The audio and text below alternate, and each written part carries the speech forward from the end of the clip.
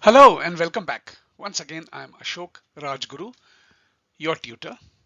This video is a critique on the methodology adopted by the practitioner who presented the case on urinary incontinence.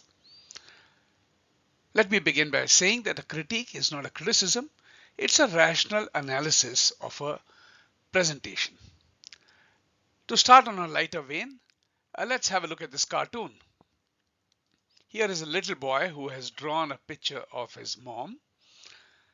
And the mother obviously doesn't find that very flattering. And this is what she says. This isn't very good. The perspective is off, your grasp of anatomy is laughable, and your palate is too limited. And what follows are the consequences the boy has to suffer because of his artistic adventure. So we'll now begin with a critique on the methodology adopted by the practitioner in working out this case.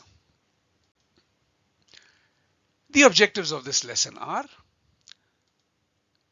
to acquire knowledge, to develop a good professional attitude, and hone our skills as practitioners.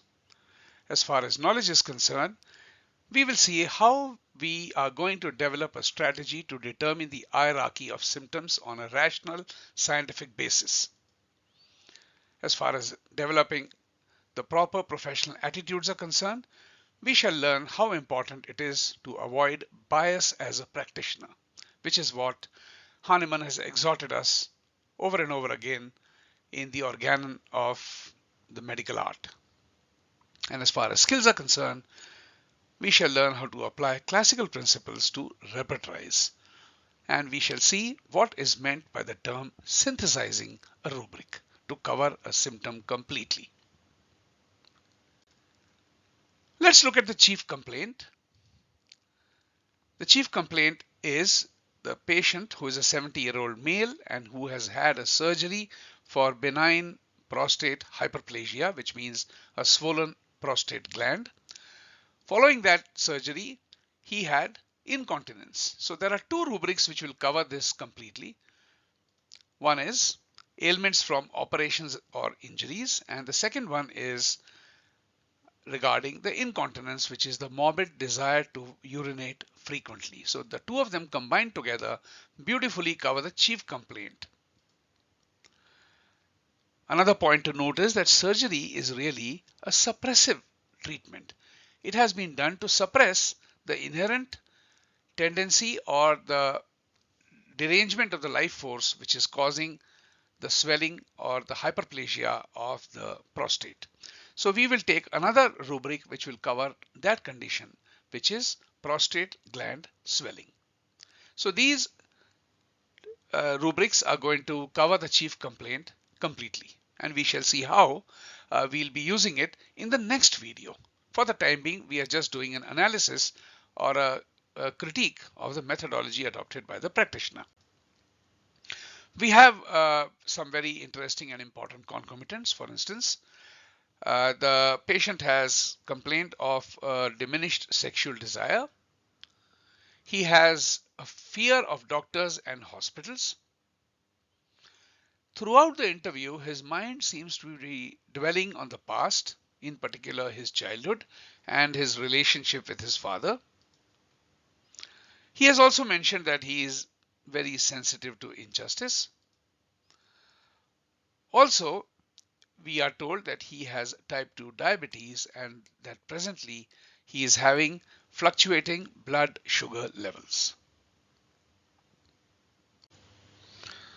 Here is a screenshot of the repertorial analysis done by the practitioner.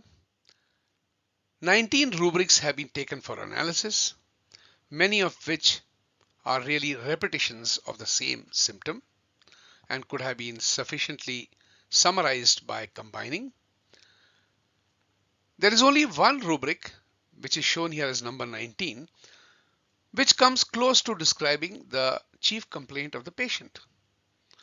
Once again, there are many shortcomings which we shall be talking about.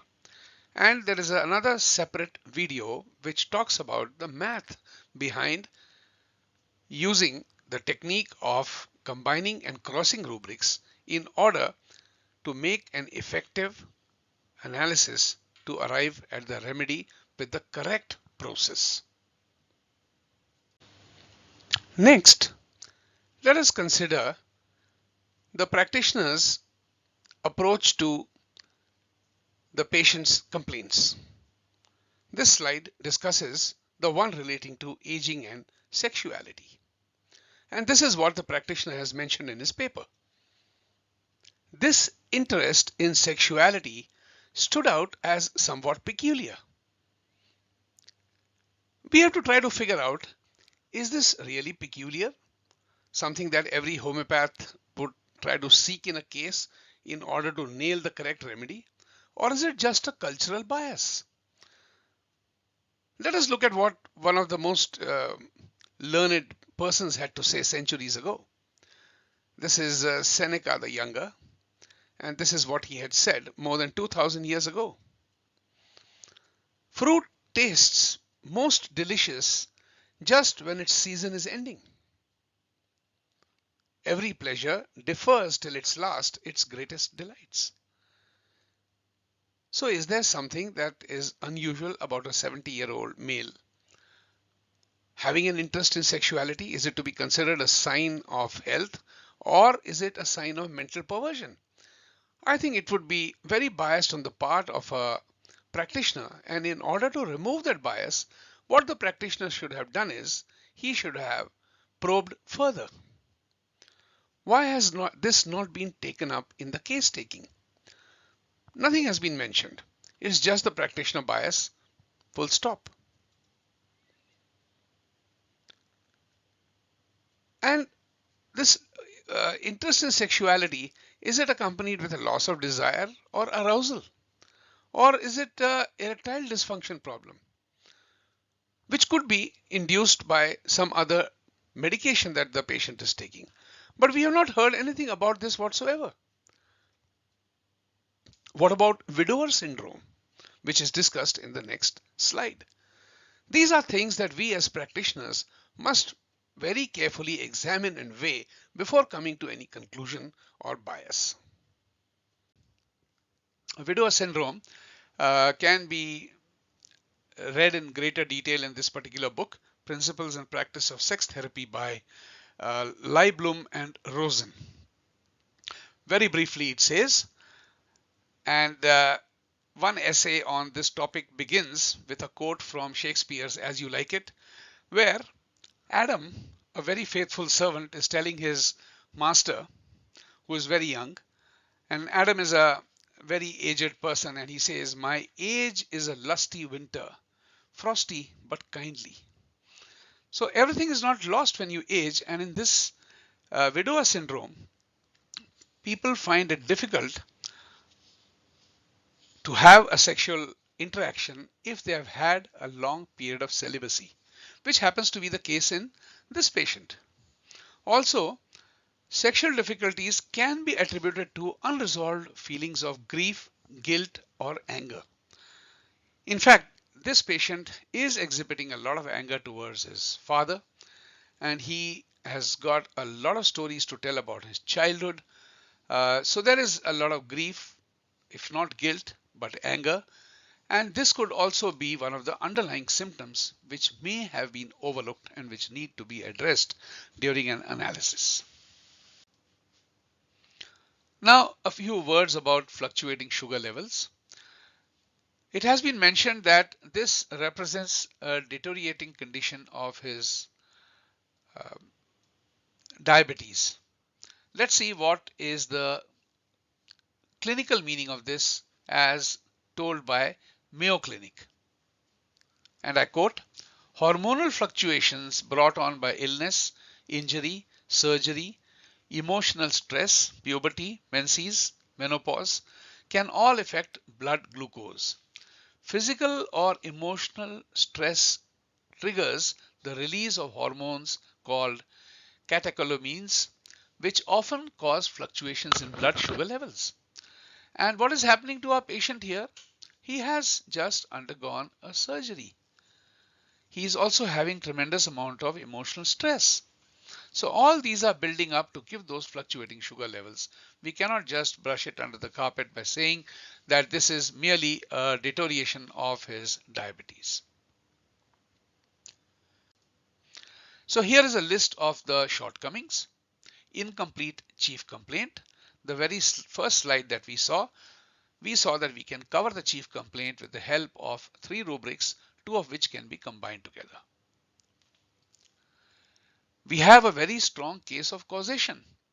The patient was not having any complaint of incontinence, which actually brought him to the doctor, had it not been for the surgery.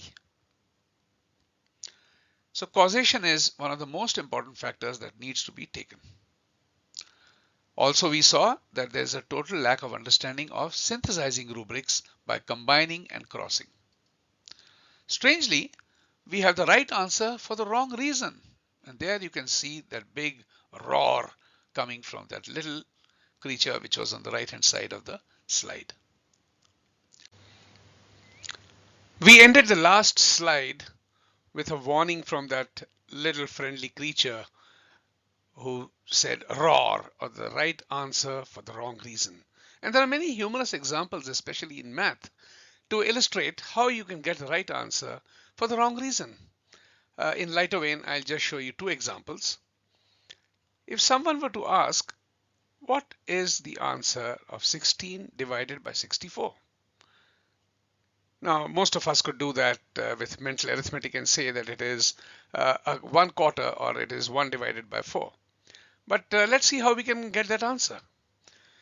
16 divided by 64 can be written as 16/64, and we could cross out the 6's like this. 16 upon 64, cross out the 6's, and lo behold, what do you get? You get 1 by 4, which indeed is the right answer. But was it the right reason to get that answer? I could repeat that exercise with another set of numbers.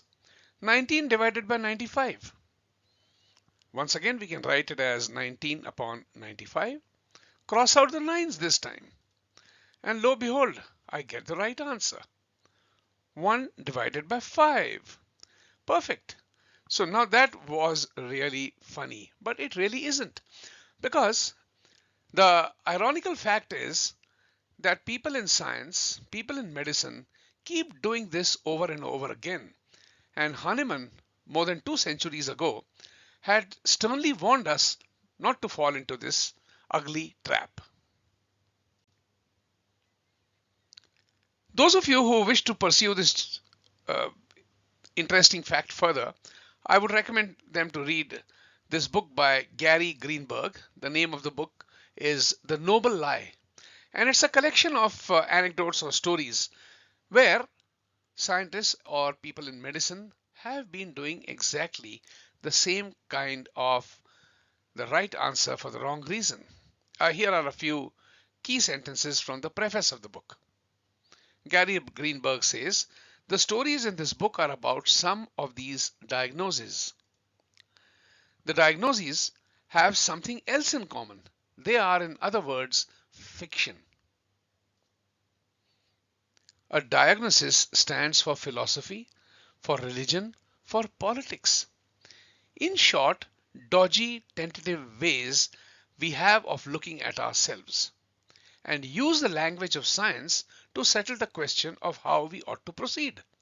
So rather than being following the true spirit of the method of science, it has become a habit, very sadly so, especially in the field of medicine, to don the garb of science in order to put out a diagnosis which really doesn't pertain to the case at all. Right answer, wrong reason. And for that reason, Hahnemann had this to say, which we shall see in the next slide. More than 2 centuries ago, Hahnemann, although he didn't use the word noble lies, I'm sure he had this in mind. The physician's calling is not to spin so-called systems from empty conceits and hypotheses, nor is it to attempt to give countless explanations wrapped in unintelligible words and an inflated, abstract mode of expression, which should sound very learned in order to astonish the ignorant, while sick, humanity sighs in vain for aid. So rather than build up these fancy theories with uh, wonderfully sounding acronyms, abbreviations, and scientific explanations, and mind you, these words are from the footnote to the first aphorism. This is where the organon of medical art starts. So let's always bear this in mind before we come up with fancy theories to fit the facts for a particular case. In summary, we could say that this video talked about the chief complaint and how that chief complaint or the words of the patient can be converted into very useful rubrics which can be taken up for analysis. We also saw how we can use the art of combining rubrics in order to have some useful data for the purpose of finding a remedy. We also saw the concomitants, how they could be used, and how case taking could have been elaborated in order to elicit more useful information. We also saw the other shortcomings when it came to repertorization, and we shall be talking at length in another video about how one can go about the correct way of analyzing this case.